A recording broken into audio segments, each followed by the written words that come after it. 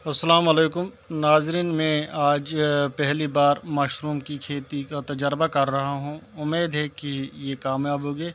पहले मैंने इसको बगोया, ये जो घास फूस मैंने लाया बाज़ार से, इसको मैंने बगोया। ये महकमा ज़राअत ने मुझे दिया है तजर्बाकारी के लिए, और मैंने इसको पहले बगोया है। तो इसको पानी में कम से कम 2 दिन तक मैंने इसी तरह रखा, पानी में भिगो कर रखा। ये नरम हो गया। फिर उसके बाद मैंने इसको सुखाया।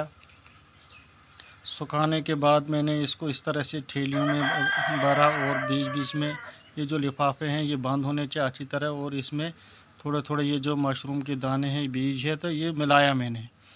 तो मिलाने के बाद इस तरह परत बार परत मैंने इसको इसी तरह से लगाया। पहले मशरूम डाला, थोड़ा सा पहले घास डाला, फिर उसके बाद मशरूम थोड़ी सी डाला, उसके बाद फिर घास।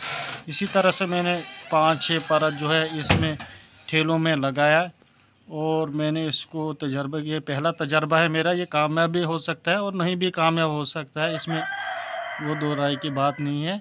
तो ये मेरा पहला तजर्बा है। तो ये इस तरह से मैंने इसको उगाया। उसके बाद 1 महीने के बाद, और जब मैंने दरवाज़ा खोला तो मैं खुश बाग हो गया। और मुझे उम्मीद नहीं थी कि इस तरह के मशरूम यहाँ बनेंगे। अभी ये इस तरह के मशरूम एक ही ठेले में बने हैं। तो उम्मीद है कि दूसरों में भी मशरूम उगेंगे। मैंने कोई 5-10 ठेले जो है वो लटका कर रखे हैं। तो एक में तो वो छोटे छोटे वो निकलने लगे हैं, और इसमें अच्छी तरह से यानी कि सब्ज़ी पकाने के लायक बने हैं।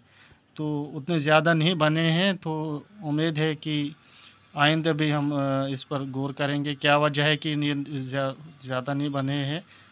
तो मुझे उम्मीद है कि जिन लोगों को इसके बारे में अच्छा तजर्बा है, मुझे अपने उस तजर्बे से नवाजें, और आगे की तरफ इस तरह से हम मिलजुल कर मशरूम की खेती करें।